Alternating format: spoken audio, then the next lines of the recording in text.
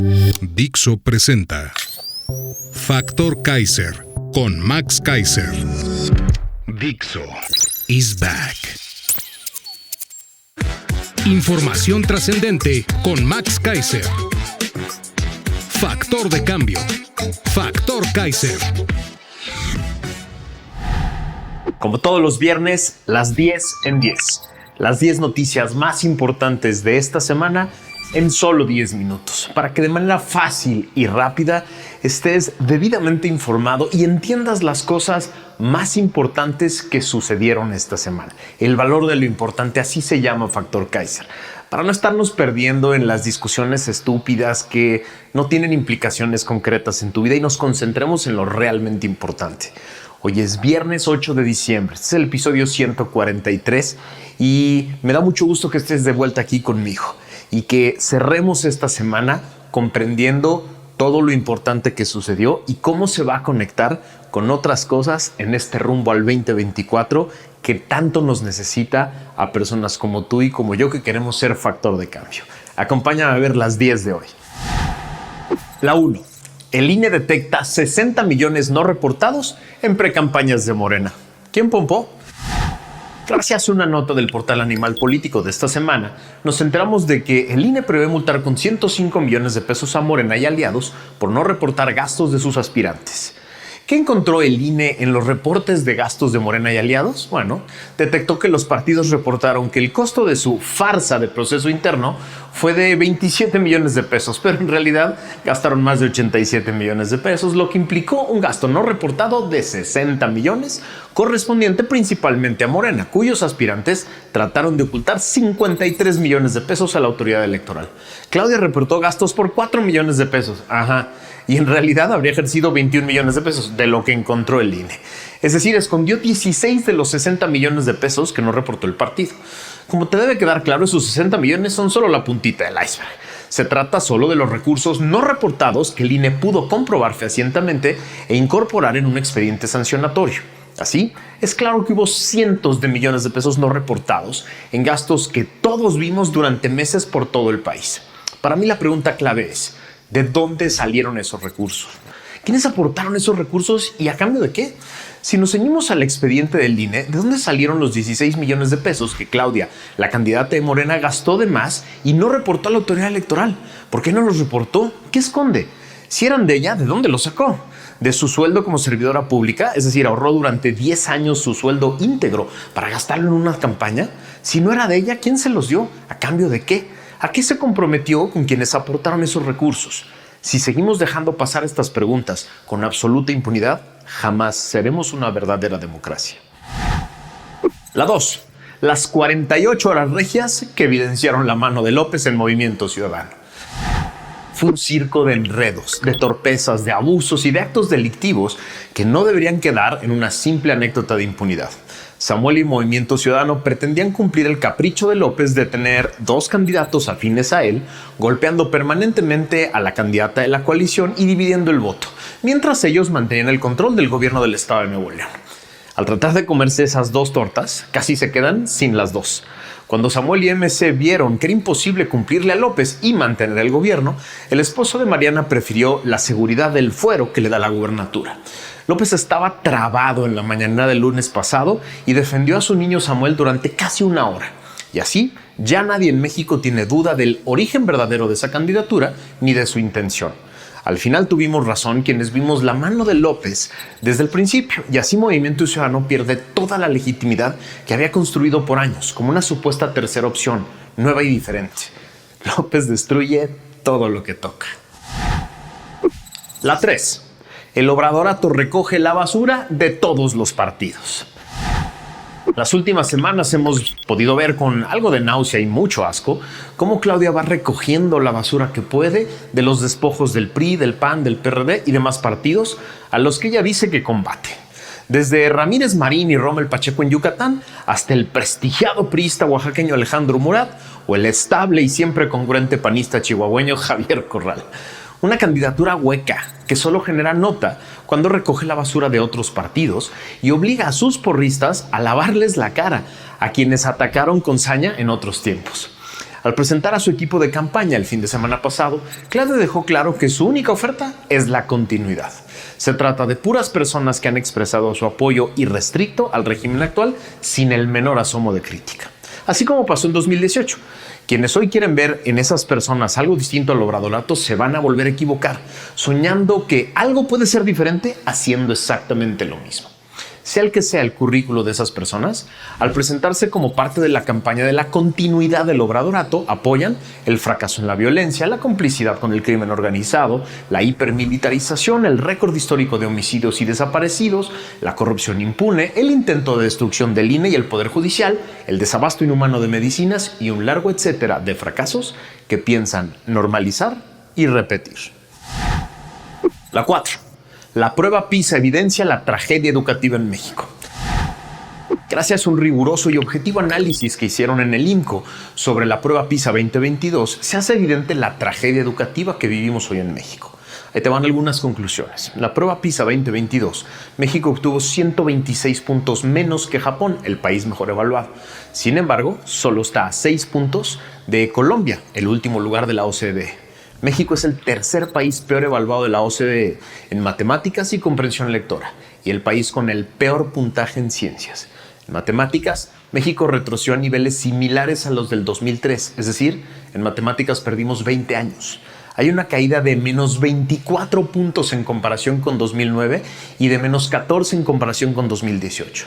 Matemáticas es el área en la que México tiene una mayor desventaja, con una diferencia de menos 77 puntos en comparación con el promedio de la OCDE. México experimentó la peor caída en sus resultados desde que participa en PISA en el 2000. Estos resultados ubican a México en una situación educativa similar a la que vivió en 2006. De acuerdo con el análisis del IMCO, en esta edición, PISA pone foco sobre la alfabetización matemática, en reconocimiento de su importancia frente a las habilidades que se requieren en el siglo XXI. ¿Qué dijo López esta semana sobre estos resultados? Lo que todos ya imaginábamos, pero lo cito para que no quede duda. Todos esos parámetros se crearon en la época del neoliberalismo, el predominio del periodo neoliberal donde lo que querían era impulsar supuestamente la calidad de la enseñanza, la excelencia y desaparecer la educación pública, degradándola. Es decir, el eterno irresponsable, el presidente que no es presidente, porque nunca responde por absolutamente nada. La tragedia educativa la vamos a tener que arreglar entre todos a partir del 24 cuando rescatemos el gobierno. La 5. Nuevo megaescándalo de corrupción del obradorato en medicinas. Gracias a una investigación de la organización Tojil, dirigida por las valientes abogadas Estefanía Medina y Adriana Grips, nos enteramos de que el actual jefe de administración del Instituto Politécnico Nacional, Javier Tapia Santoyo, y el coordinador de imagen institucional del mismo instituto, Marco Antonio Ramírez Urbina, están vinculados con una red de empresas irregulares y fantasmas que han recibido y triangulado más de 3.300 millones de pesos del erario provenientes de contratos del sector salud y de instancias como las Fuerzas Armadas a través de el Clan Biomédica. Lo que Tojil prueba ahora es que Biomédica forma parte de una red de 84 compañías que se conectan entre sí por socios, apoderados, administradores, domicilios fiscales, objetos sociales y transacciones financieras. De estas empresas, 9 son compañías ya declaradas como fantasmas por el propio SAT. 6 empresas no están ubicadas en sus domicilios y hay 2 inhabilitadas y 28 tienen operaciones directas con Biomédica. El modus operandi es muy sencillo. Según Tojil, Tapia, que antes de llegar al Instituto Politécnico era director de contrataciones del Hospital 20 de Noviembre del ISSSTE, asigna los contratos millonarios a la red de empresas que simulan competir y luego le hacen cuantiosos depósitos en sus cuentas. Otro burdo e inhumano caso de corrupción que apenas empieza a tronar. De entrada, podemos decir ya aquí, en Factor Kaiser, que es una evidencia más de que este sexenio es el más corrupto e impune de la historia, pero también el más inhumano. Porque este caso ayuda a explicar una de las tragedias que hemos platicado constantemente aquí en Factor Kaiser, que es el inhumano desabasto de medicinas. Ahora vemos que no solo provocó el agravamiento de la salud y la muerte de miles de personas, también provocó el enriquecimiento ilícito de unos cuantos miserables que no tuvieron empacho en ganar unos pesos a costa de la vida de miles. Ese es el obradorato que Claudia promete replicar. La 6. 2 sopas y solo 2. Leo y escucho por varios lados a muchas personas decir que quisieran un candidato a la presidencia con la visión estratégica de Churchill, la sagacidad mental de Obama, el valor de Golda Meir, la sensibilidad de Mandela y el carisma de Trudeau, además del equipo de Tony Blair de los 90 y un partido perfecto, unido, que solo haya dado buenos resultados.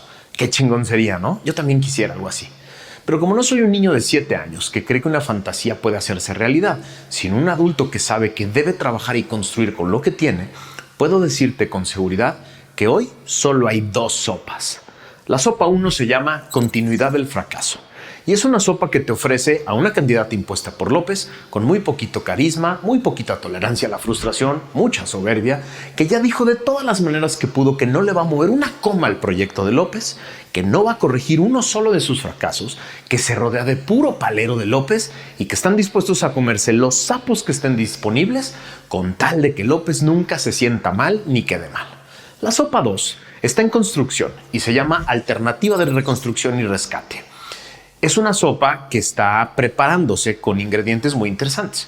Una candidata que se le impuso a los partidos con el apoyo de la sociedad, que tiene una gran simpatía y autenticidad naturales, que ha construido su propia carrera, que ha criticado y denunciado formal y abiertamente y además de valientemente los peores casos de corrupción de este sexenio, mientras otros se callaban, que está conformando su equipo de campaña y que está rodeándose de expertos en distintos temas para construir una visión alternativa de país y que está dispuesta a escucharlos y a darles la responsabilidad de construir propuestas concretas. 2 sopas. Tú decides. La 7. El nuevo escándalo de corrupción de los López.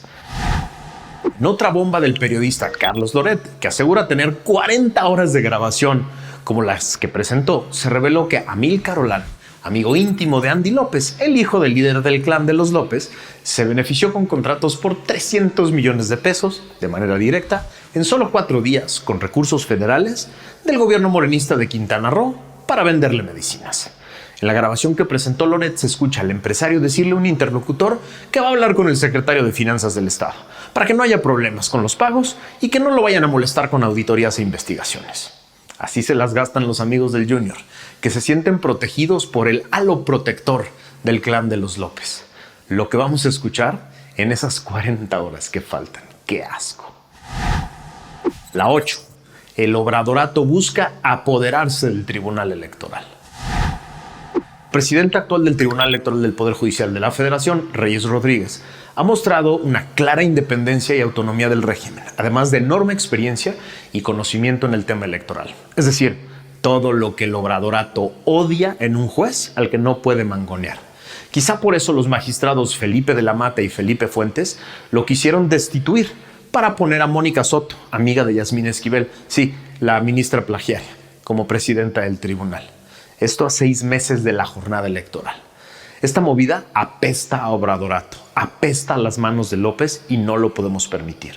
El Tribunal Electoral es el que califica la elección presidencial y se requiere de toda la autonomía posible para que sea el voto ciudadano, el tuyo y el mío, el que decida. No podemos perder de vista este tema. Hay que seguirlo muy de cerca. La 9. Dante Delgado hace berrinche, senadores de MC lo corrigen.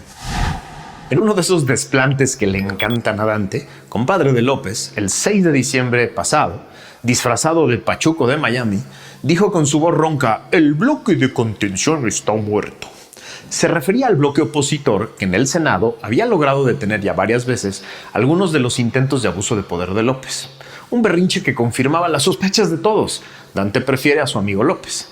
Sin embargo, muy rápido salieron los senadores Clemente Castañeda, Patricia Mercado y Laura Ballesteros a decir que ni madres, que ellos van a seguir votando como oposición en contra del abuso de poder. Ojalá pronto estas voces sensatas de MC le quiten a Dante, el priista veracruzano, el volante del partido, porque los está llevando al barranco. La 10. Encuestadora de Samuel tenía contratos con su gobierno. "Yo voy en segundo", gritaba el esposo de Mariana en los 10 minutos que duró su candidatura. Presumía una encuesta que, según él, documentaba ese vertiginoso crecimiento que MC ha presumido que se dio en 10 días. Bueno, gracias a una investigación de Carlos Loret y de Latinos, nos enteramos de que esa encuestadora, ya trabajaba para su gobierno, el de Nuevo León, y había recibido un contrato de más de 2 millones de pesos. ¿Ven lo que les digo? Hoy, la gran mayoría de las encuestas y encuestadoras son solo mercenarios electorales que se venden al mejor postor.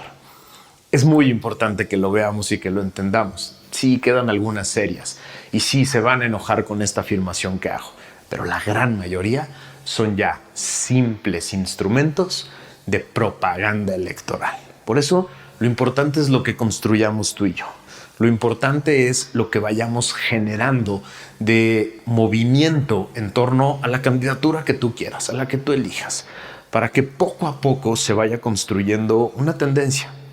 Estas dos sopas son cada vez más claras y tú tienes que escoger una de las dos.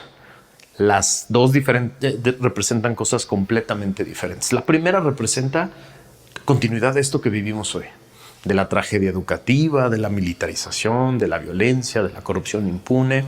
Eso representa y eso es lo que te venden. Si eso es lo que te gusta, esta es tu sopa. La otra sopa se está construyendo y la podemos construir juntos. Tenemos un buen rato para hacerlo. Necesita de todos, necesita de la energía y necesita de la capacidad de todos. Pero sobre todo necesita que estés bien informado para que entiendas claramente los ingredientes que conforman cada una de estas dos sopas. Gracias por haberme acompañado esta semana. Como siempre te pido que te suscribas a este canal. Estamos creciendo y creciendo en las diferentes plataformas, pero necesitamos más. Necesito de tu apoyo. Necesito que me ayudes a difundir estos programas por todos lados para que cada vez más personas estén realmente enteradas de lo que pasa y que no se vayan con la finta de los discursos oficiales, que generen su propio criterio, que se conviertan en factor de cambio. Dixo is back.